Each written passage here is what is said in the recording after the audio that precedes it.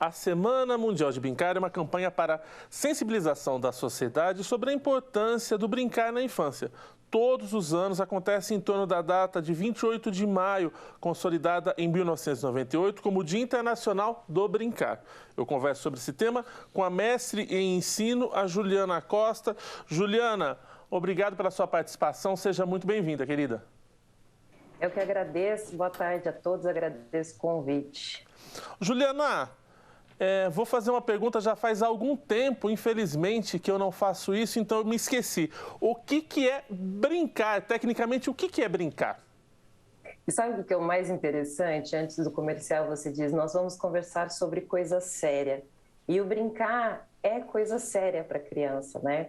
O brincar é a forma que a gente interage com o mundo, a nossa primeira forma de interagir com o mundo. É a forma da criança de falar e de tentar copiar alguns papéis sociais que a gente acaba reproduzindo, né? Quem brinca, brinca com a arte e com as formas dela, quer sejam formas visuais, formas auditivas, formas táteis. É um momento em que a criança, e aí às vezes eu lamento por a gente não brincar mais, né? Mas que a criança se encontra ela mesma, o corpo dela, a forma dela, e encontra também o outro, o corpo do outro, o limite do outro. Eu costumo dizer que brincar é aquela tentativa. É o único momento em que a gente pode dizer que está tentando fazer alguma coisa e que não importa muito se a gente vai pelo erro ou pelo acerto, mas que a gente está tentando de alguma forma nos expressar. E por que a gente precisa, nós adultos, precisamos de uma semana para tratar esse tema que é tão natural para a criança, que é tão espontâneo para a criança? Eu penso assim da seguinte forma, até mesmo por conta da velocidade que a nossa vida está, hoje a gente precisa pensar, né, na importância desse brincar e de não cortar esse brincar da criança, porque nós estamos com pressa, estamos na urgência de acertar, né? Então, às vezes eu fico imaginando, por exemplo, quando tem um adulto responsável, uma criança brincando pela rua e ela tenta se equilibrar entre aquele pequeno ladrilho. E nós, como adultos, estamos com pressa. E aí a gente não deixa que ela tente descobrir naquele momento os limites do corpo dela. Até onde eu consigo me equilibrar? Até onde que esse brinquedo, que passa a ser o meu corpo, consegue de alguma forma imprimir alguma sensação, né? Em mim, no outro. E aí eu, com pressa, adulto, falo, não, vamos, e interrompo esse brincar, né? Ou quando a gente brinca, por exemplo, de cozinhar, e a gente está querendo na cozinha, tentando descobrir como que funciona aquela alquimia, e o adulto fala, não, agora não é hora de brincar, agora é hora de coisa séria. Mas para a criança, brincar é coisa séria. Juliana, quando a gente analisa as etapas do desenvolvimento humano, desde um bebê até as várias infâncias, quais brincadeiras que às vezes a gente se surpreende vendo uma criança? Desde pequeno, o bebê ele começa brincando com o quê? É com o seu próprio corpo, é isso? A primeira brincadeira, literalmente, é com o próprio corpo, né? E com o corpo, às vezes, do outro. E por isso da importância de ter essa interação com a criança enquanto ela está brincando. Então, um bebê vai buscar o próprio pé, olha para a mão, para tentar reconhecer os dedos. E aí ela descobre que não tem só os dedos da mão, tem os dedos dos pés. E que eles se mexem, e como que é engraçado como eles se mexem, né? Como o meu corpo faz tudo isso. E aí eu descubro que eu vou dando estímulos para ele e que ele vai se movimentando de forma diferente. Depois, quando eu começo a andar, eu começo a interagir com o próprio ambiente. Por isso que às vezes se recomenda, inclusive, que a gente não faça muitas trocas de móveis durante o desenvolvimento, principalmente do andar da criança, porque ela começa a descobrir os tamanhos e as distâncias das coisas. Então, eu sei que se eu abaixar um pouquinho, eu consigo passar por aquela prateleira, né? E aí, depois, eu começo a interagir com o outro. Quando a mãe começa a brincar, ou o pai, ou o tutor começa a brincar, de achar e esconder. Para mim, parece algo mágico quando eu sou criança, porque aquele adulto simplesmente some e depois aparece. né? Então, todas essas interações vão acontecendo durante esse desenvolvimento infantil. Tem alguma coisa que você acredita que seja proibitiva, que a criança não gosta na hora de brincar? Vou dar alguns exemplos. Eu acredito que quanto mais cor, talvez melhor, coisas mais chamativas, coisas que desafiem a criança. Tem coisas que você não recomendaria ou quanto mais estímulos e quanto mais possibilidades, melhor? Eu brinco que eu digo que a criança não gosta de ser interrompida no brincar dela, né? Então, quando ela está brincando e alguém fala para ela que não é o momento dela brincar, eu costumo dizer que é só isso que ela não gosta, né? Mas é importante a gente pensar também em fornecer para ela utensílios que ela consiga brincar. E utensílios, eu não estou falando de brinquedos caros, tá? Com simples potinhos, aqueles que a gente não usa na cozinha, sim, a criança consegue interagir, dando a ela água, dando a ela areia, disponibilizando para ela, que hoje eu vejo uma restrição muito grande, que a gente disponibilize para ela essa interação com a natureza, é muito necessário, para que ela reconheça essa natureza, para que ela respeite essa natureza e saiba da importância dela. Então, todos esses instrumentos, desde o mais simples até o mais complexo, fazem parte desse desenvolvimento infantil. A minha abordagem, usualmente, eu falo que a gente precisa também respeitar essa construção da autonomia. Então, enquanto a criança está brincando, ela vai construindo essa autonomia. Então, não vou dar um objeto pontudo para ela no momento em que não é adequado, quando ela é pequena. Certo. Mas, com o passar do tempo, na progressão dessa autonomia, eu começo a oferecer utensílios para ela que ela consiga desenvolver novas habilidades, inclusive a habilidade do cuidado. Olha, eu posso ir com esse instrumento, com esse brinquedo, por exemplo, um trepa-tepa, né? Até onde que ela pode ir, né? Que ela não caia, que ela tenha a segurança dela. Então, ela precisa ir desenvolvendo isso aos poucos. Por isso a importância também de um olhar crítico para tudo aquilo que está acontecendo. Não é jogar a criança lá e falar, pronto, mas deixar que ela tenha utensílios para brincar e que ela também consiga fazer um livre brincar. Você falou do interromper, da hora de parar. Infelizmente, chega uma hora que precisa ou teria que interromper. Qual que é a melhor abordagem para o pai ou para o adulto que estiver lidando com essa criança para fazer esse corte de mudar de atividade ou de fazer uma outra atividade que ela precisa fazer, tomar banho ou estudar? Como é que eu interrompo essa criança para não atrapalhar esse momento também da descoberta dela? Eu acho que são vários elementos. Um deles é o seguinte, eu acho super importante, tão importante quanto respeitar o momento dela, é também que a gente saiba falar não, né? Quando eu falo que a criança não gosta de ser interrompida, eu não quero com isso soar que nós, como tutores, não devemos dizer a Perfeito. ela não. Nós devemos dizer a ela não quando necessário, né? Até mesmo para que ela consiga aprender que no mundo existem os sims e existem os nãos também.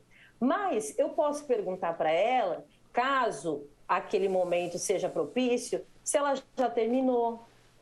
Propor a ela uma outra coisa. Olha, agora nós vamos guardar os brinquedos, nós vamos terminar essa brincadeira, porque nós precisamos fazer tal coisa que também faz parte da nossa agenda. Por exemplo, tomar banho, né? Então agora nós vamos guardar os brinquedos porque nós vamos tomar banho. E eu adianto para ela já o que nós vamos fazer e por que nós estamos parando e respeitando esse momento dela, que é o momento do brincar, que para ela é muito sério, né? E não simplesmente guardar sem justificar para ela o que vai acontecer dali para frente, né? A gente tem uma mania de fazer intervenções nas crianças como se elas não fossem capazes de discernir as coisas. Perfeito. Que alguém tivesse sempre que impor para ela uma situação e ela tivesse que aceitar sem questionar. Crianças questionadoras são importantes para o mundo, não tem por que sim. Nós vamos fazer isso porque é dessa forma, nós não vamos fazer isso porque isso nos põe em risco, nós vamos fazer aquilo porque isso faz parte da nossa rotina diária e é importante para a nossa saúde, e assim sucessivamente. Juliana, o direito a ter infância é um direito garantido pelo ECA. E a infância é diferente de ser criança. Outra coisa que eu te pergunto também, a infância, como nós conhecemos agora, também é um conceito e uma invenção nova da sociedade, né? Em séculos passados, as crianças eram relegadas, não eram nem sequer citadas, não tinham qualquer atividade para elas. É isso? É um conceito novo dentro da história da humanidade, da infância?